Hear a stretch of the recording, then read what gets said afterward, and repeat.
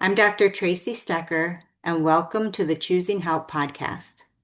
Choosing Help presents conversations about courage, connection, and the transformative power of asking for support.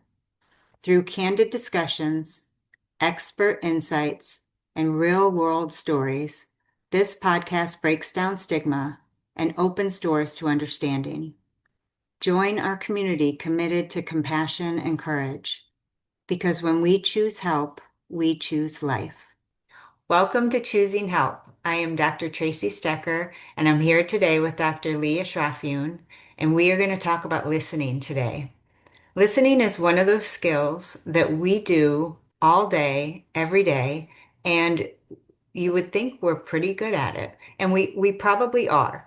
The problem is that when we need to be the best at it, we're probably not as good as we think we are. And so today, Lee and I are just going to take a moment and we're going to talk about how to be a good listener in those moments when you really, really need to be. So something's highly charged, highly political. In your family, there's some conflict, something's going on. How to slow yourself down and really be an active listener when you really need to the most. So, probably a brief conversation between Lee and I today, but let's just go through the 3 steps to be a good listener, and then you and I can give some examples of um, where things go off the rails and how to get back on, so that when you're trying to talk to a family member about something that's really important, you know you can go back to these 3 easy steps and try and get back on track. All right, 3 steps, real quick. You use 3 different organs to be a good listener. You use your ears, you use your brain, and you use your mouth.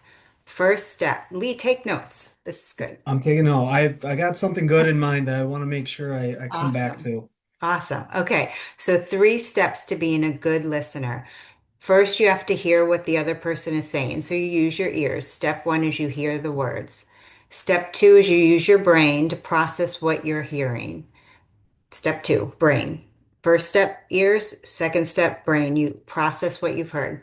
The third step, which is often where things fall off the rails, is you use your mouth to communicate back what you've heard. Check in, clarify, make sure you heard them correctly. This helps slow down the conversation, especially when it's emotional, and helps clarify that you understood exactly what they were saying. Where we go wrong a lot is we start thinking our own thoughts. That's step 2 in the brain, and we've gone off to the races. So slow her down, check in, make sure you heard them right, and then it's your turn to talk, and then they can be the active listener. Okay, so here's an example. This came up recently for me, so it's a good example for me. Child has a test in school. That morning, they get up and they say, I don't think I'm going to school today. A good listener, at being an active listener, you would hear the words, I'm not going to school today. You would use your brain to say, there's something in the way of this person wanting to go to school today. You already know there's a test, so then you're off to the races. What active listening would require is that third step, though. What's going on for you? You're saying you're not going to school today. Um, if you do that step, you might find out all sorts of important things, like maybe they're really nervous about their tests and they just need some reassurance. Maybe they need help just kind of calming down because they're just too anxious to take their test, to concentrate. Maybe they spent all night vomiting and you have no idea, but there's vomit all over their bedroom. Maybe they have a fever and they just took their temperature, but they didn't tell you that yet. So you could either um, check in with them, do the 3 steps, check in, see what's going on for them, or you could just do what most of us do and say, You're going to school. And that's it. Just no more communication. Just send your order back and shut her down. What do Great you think? example. I want so that I the way you sort of lay it out, I think it really makes it clear how like it really is an active process. Hmm. Because we think so many times how like listening might just be passive. The person is just sort of like talking to you and you're just sort of like taking in their whatever they're communicating. But Yeah. with like laying out these three steps, it makes it much more clear. Like, okay, I not only have to receive and hear the information, but I need to process it. Hmm. And then also that communication back is just so critical because Hmm. even if you're wrong in like what you thought you heard, Hmm. it's giving them an opportunity to kind of clarify it and repeat, no, no, no, this is what I meant. Exactly. Yeah, exactly. Because a lot of times you might say something and you think you were clear, and then when they clarify back to you, you realize, "Oh, I didn't say that right at all," and Yeah. it gives you a second opportunity to clean it up. Yeah. Yeah. Is that what you took a note on? I wanted to make sure to come back to that active piece. Go. Um, Go to it. yeah. Go ahead. No, no, I just did. That was Oh. it. That was the that was the active piece. Do you do you have any examples from yourself of a time or even, with because you've worked with a lot of people who have definitely needed some sort of assistance, and struggled coming in and getting help. Do you have any examples from some of your experience with that, or even within your own family where those listening skills were pretty important? Yeah, I mean, so my brother has sort of gone through some things throughout his life, and um I realize that my role as a brother versus sometimes how my parents react to things that he's done can really differ a lot. Hmm. Um, so there may be times where he's done something kind of, stupid, and it can warrant times where like, it upsets the whole family with what he's done. And the thing is, he knows that a lot of times. And so when he's communicating like, his thought process behind, why he, I don't know, did something stupid while drinking or something like that. Um, he's not looking for advice or, us to, give him a whack on the behind or something like that and kind of Hmm. condemn him for the action that he's taking. Hmm. He's communicating hurt. Yeah. And that might not come out in the exact words that he's saying, Yeah. but by listening, I'm also I'm not only listening to like the words that he's saying, but I'm also listening to how he is communicating it. So Hmm. if there's a little like tremble in his voice, or like, maybe he's getting really hot and upset with the situation. These are sort of indicators to me that I hear them. I process, okay, he's like clearly upset about this, and it might be hiding hurt or pain that he's Hmm. experiencing from it. Hmm. And so, my communication back to him I might take a little bit of a guess on that. Like, you know, uh, I know this situation. I know the situation's hard. Hmm. I'm sorry it happened. What do you need from me? Hmm. Um, so something like that is an example that can kind of come to mind Well, it, from it yourself. actually brings up a really good point for me too. I think when people are in trouble and maybe giving you some data that they're suggest maybe they're open to getting help or that they're acknowledging that they're maybe in trouble. We often have an inclination to tell them what to do and tell them what to think and tell them, we end up doing a lot of talking instead of a lot of Yes. listening.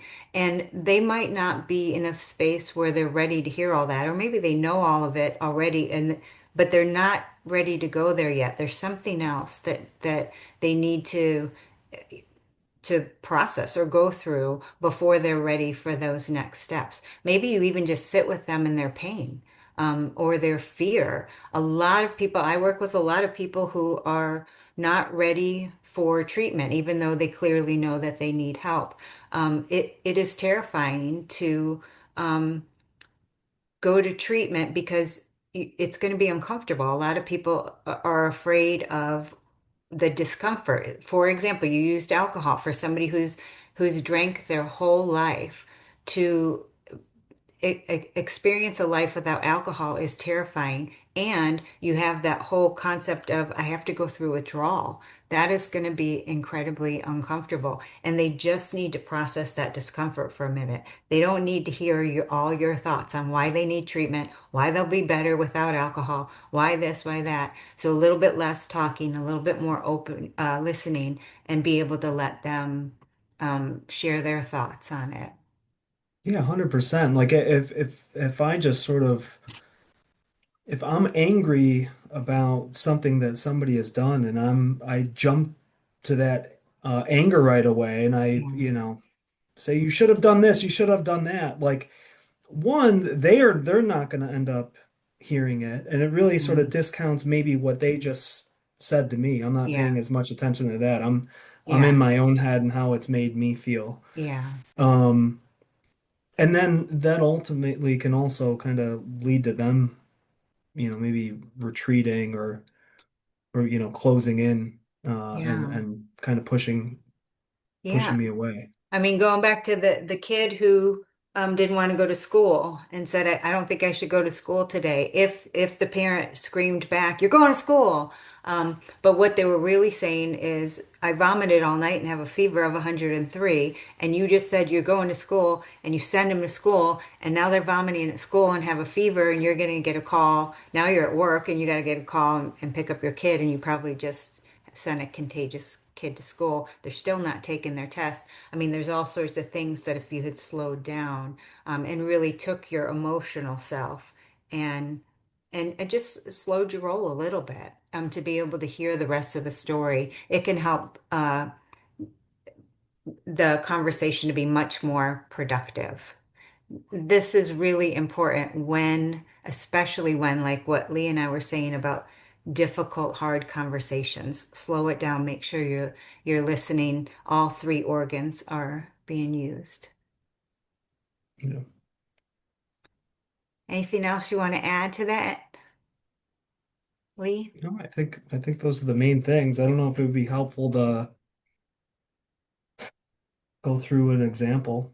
You have one? No, but I Okay, we can come can up with be I one. can be like an upset. I think you can show everyone how to be, an astute listener. Um, and I can be like an angry, upset person.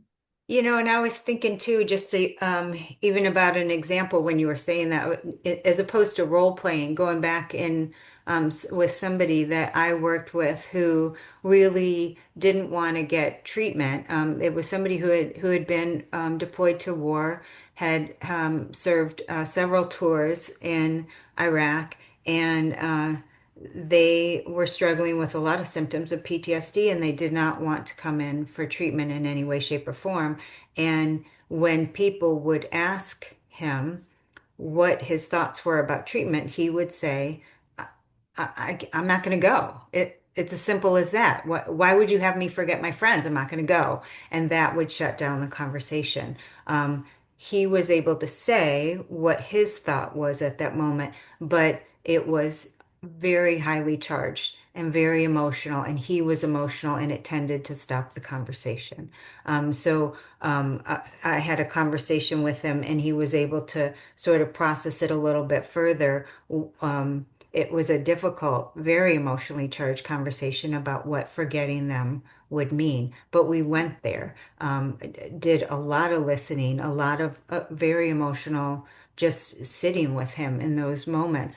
And he got to the point that he was like, I guess just talking about it doesn't mean I'm going to forget them.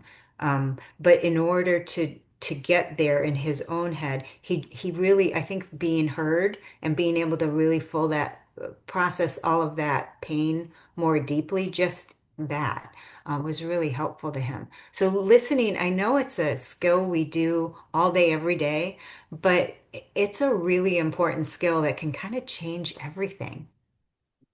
That's all I did that day was listen. And he did go to treatment and he had a great outcome, by the way. That was kind of besides the point, but literally what was important, what was critical that day was just being a good listener. Yeah.